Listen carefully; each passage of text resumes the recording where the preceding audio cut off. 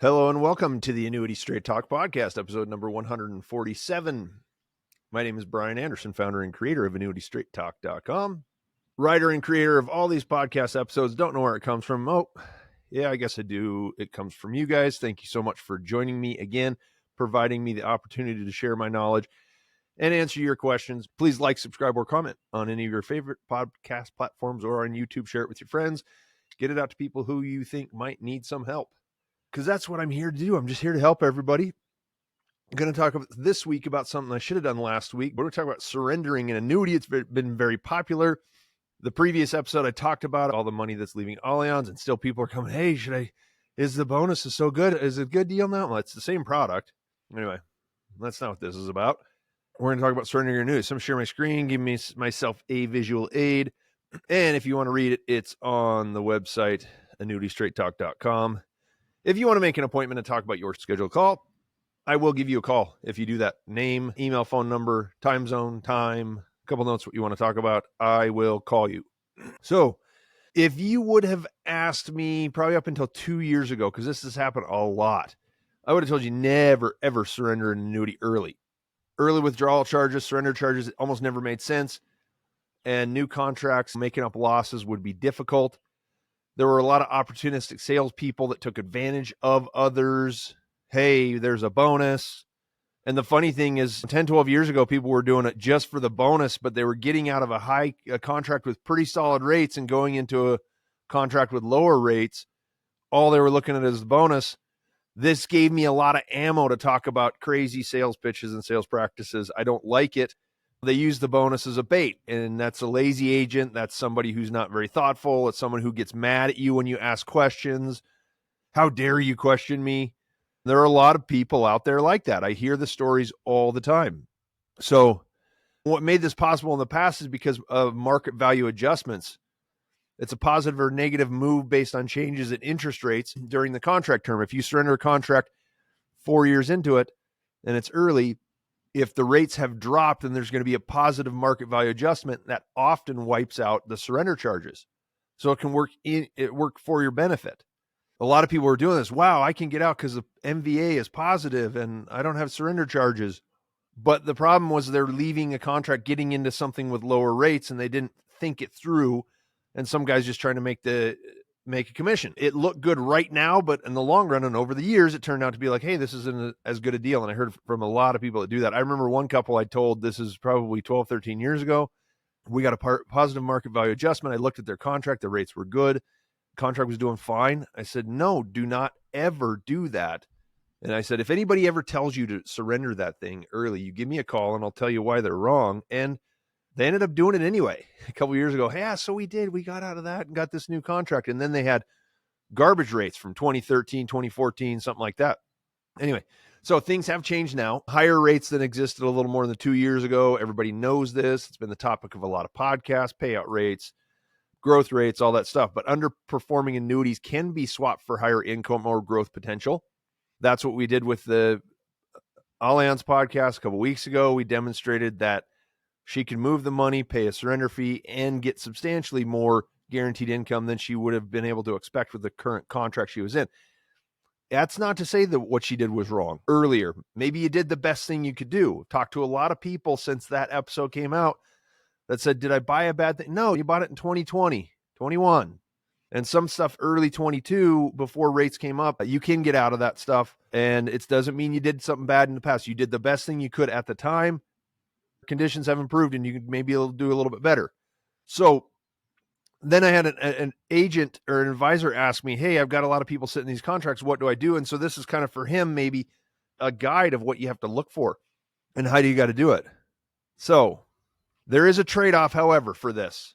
Insurance companies who are about to get the money don't like to see you taking losses to get out of a current investment. They will consider that an unsuitable transactions. And that goes for whether the insurance company sees you surrendering an annuity, taking a CD penalty, selling out bonds. Maybe they don't get in the middle of that. That's maybe just not a great idea.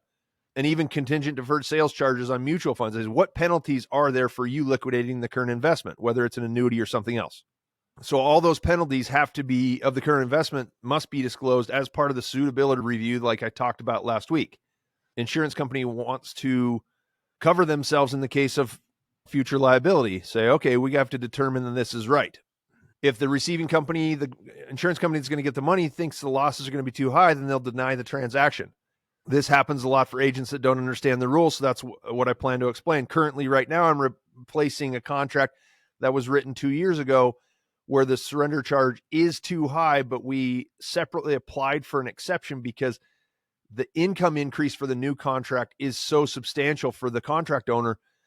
He's kind of saying, why can't I do this? It's a way better deal, but it's only 2-year-old contract, so his surrender charges are 7% or something like that. So I've learned over the past couple of years when we started looking into this and doing it in the right way that there's kind of an industry standard for an acceptable replacement. That's a net 5% loss. If your surrender charges are 5% or less, then you can move the money. If a bonus offsets the charge, then it needs to result in a net 5% or less, just the same. So if you have, say, a 10% surrender charge and a 5% bonus, then you'll be at a net 5% loss with the bonus. And this will go for a true bonus, it's in a cash value bump, or an income rider bonus. This can be a net positive to the accumulation value or the income benefit. So a bonus annuity is frequently, but not always, the only way to get out of an old one and into a new one. So if you want to get out of an underperforming contract, most likely if the surrender charge is too high, if it's only 2 years old, you're going to have a bonus to get you there. Not necessarily products that I would recommend for a first-time buyer, but if you want to improve your situation, I talked to a lady yesterday. She's going to pay about a 9% surrender, new contract with a 13% bonus will get her right up to about the same cash value because there's a little bit of a negative market value adjustment as well. She's 2 years into a contract, a 10-year deal, and it's going to go into another 10-year deal. She said, what should I do? What would you do in my situation? I said, well, I can't tell you what I would do because buying an annuity from me, that's kind of self-serving on my part. So how about I honestly explain to you the two options for doing it? So it would absolutely improve her situation, only add 2 years to the surrender term, and give her much more growth potential going forward in a contract that was written before rates came up a couple years ago. And she's got 2% cap rates. So it's not very good.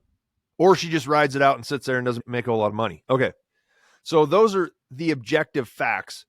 When you do this, your options are limited. In most cases, it has to be a fixed index annuity that you move into. So if you don't like fixed index annuities, I talked to one client last year who had a 5-year MYGA, 2.8%. Hey, would it make sense for me to surrender and buy a new 5.5% MYGA? And it wouldn't because she's only got a couple years left. I said, no, write it out. There's still an 8% surrender charge on it. You're not even going to pay 8% down, go 5.5 for 2 years, and you won't get back to what you get, just 2.8, write it out and replace it when it's surrender free. So index annuities have bonuses for accumulation or income. On income products, they're the highest payouts you can get if you're deferred for more than a year. And doing that makes it much more likely that a new company will accept the replacement. So subjective variables are your own personal feelings on the matter are the only thing left to consider. Do you really want an annuity? If you're 2 years into a 10-year deal, do you want to extend that by 10 years? Or maybe you find a product that's not every product is a 10-year deal. Most of the big bonus annuities, the popular selling ones, those are mostly 10-year contracts. So it's interesting. I'm going to give you a couple of examples, but yeah, so an accumulation contract, you're extending the surrender period. So that's where you sit and have to decide, do I really want to be in an annuity? And if you like the safety of it, you like the growth potential, you understand the terms of the contract. That's what a lot of these deals, people just get to it and they don't even understand. I didn't know this. The salesperson said this. They said I could take the bonus. I could walk away. I could do this. And then they realize they can't get the bonus and they're capped at 2.25%. It's like, oh, that's no good. So glad I didn't do that. I sold a couple of contracts that aren't performing that well. Those are part of the stories I'm going to tell you. So yeah, lackluster accumulation, you got to decide, is it worth extending it to get more potential? And then, there's always laddering out of it, 10% free withdrawals, moving the money, whether it's an IRA or non-IRA. If it's non-IRA, you can pay a few taxes. If it's IRA, you can transfer it to another IRA and avoid the tax hit. Up to a couple of weeks ago, the market had been performing exceptionally well. And so a lot of people was like, well, I'm just going to get out of this and go into the stock market. And then the stock market's down 10% in the last month.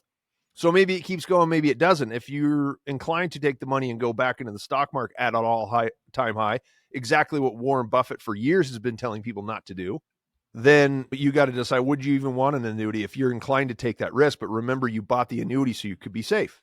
Income is an objective comparison. It's simple. Which one pays you more? Is it worth moving? And any of the income deals I've replaced in the past, it is a lot better. The exception that we're looking for, that's a little over 5%, it's a 50% income increase with income starting in 1 year. Of course he would want to do it. Of course it makes sense for him. We'll see if the insurance company will accept it. We do a little extra paperwork at the beginning just to do it the right way so we don't waste anybody's time. So, few examples there. Rob was the first client of Annuity Straight Talk way back in 2009. We've done a lot of business. We developed a close relationship over the past 15 years. He's a sports guy, lives in North Carolina. Rob's awesome.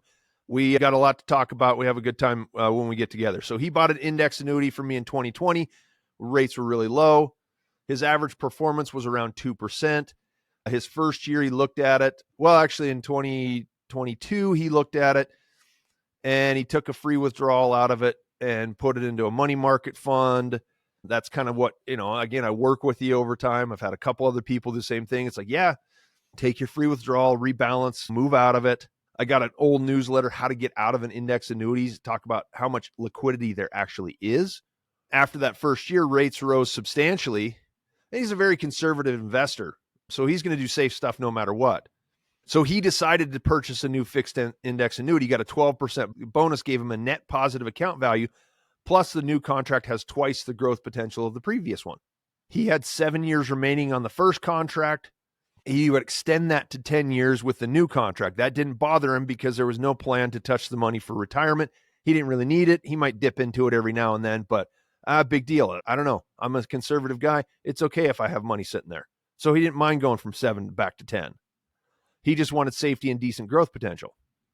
So Jim bought the same annuity about the same time as Rob while experiencing the same type of performance. His financial goals required a yield closer to 5%, and he wasn't getting it. Small part of, in any of these cases, this is a small part of someone's portfolio.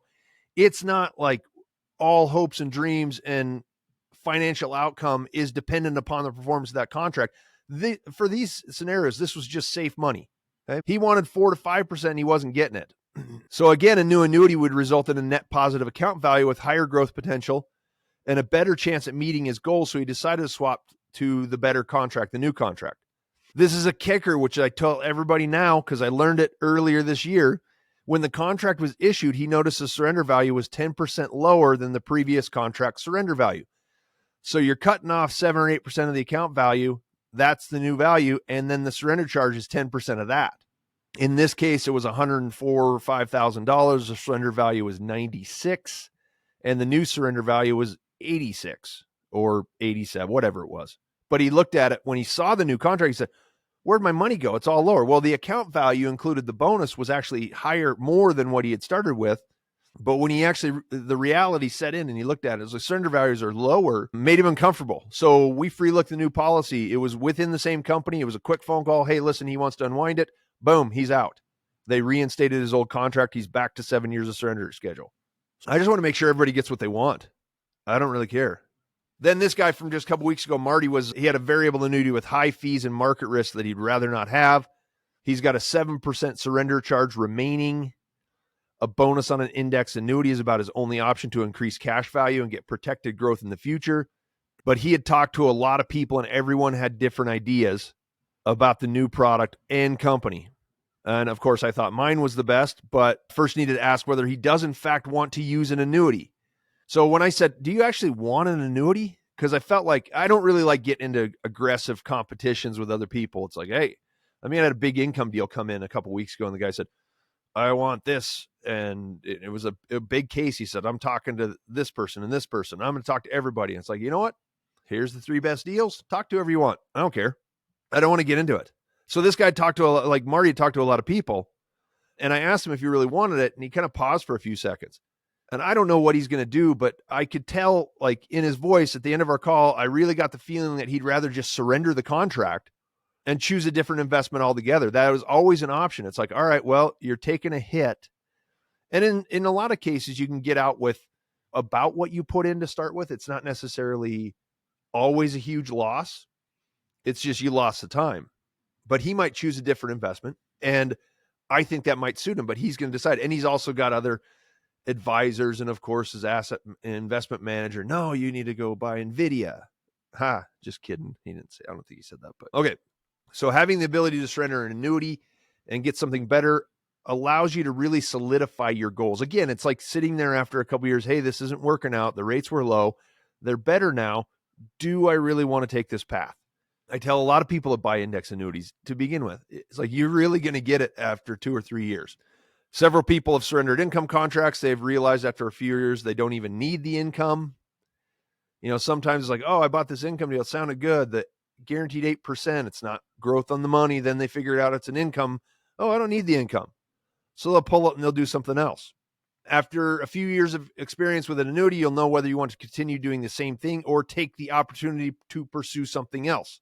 Agents are always going to be greedy. They're going to want the sale. There will always be someone who thinks you should switch. I'm a good person to ask because I'm not going to put you in that position. Make an appointment, top right corner of any page on annuitystraighttalk.com. Right now, it's okay to do it, but that is not always going to stand. Make sure you seek the advice of someone who can give you all the options and really just help you out with some advice, not a sales pitch. If you're getting the hard pitch right now, get on my calendar. I'll talk you through it. Might be a good idea, might not. But anyway, this has been episode 147, Surrendering an Annuity. I appreciate you guys joining me. Thank you all for the support over the years. I'm ready to keep going, and I'll be here next week with episode 148. You have been listening to Annuity Straight Talk. The preceding information is for informational and educational purposes only and does not represent tax, legal, or investment advice. The views expressed by guests on this program are their own and do not necessarily reflect the views of Annuity Straight Talk or its partners. No information presented today should be acted upon without meeting with a qualified and licensed professional. It is important that you read all insurance contract disclosures carefully before making a purchase decision. Guarantees are based on the financial strength and claims paying ability of the insurance company.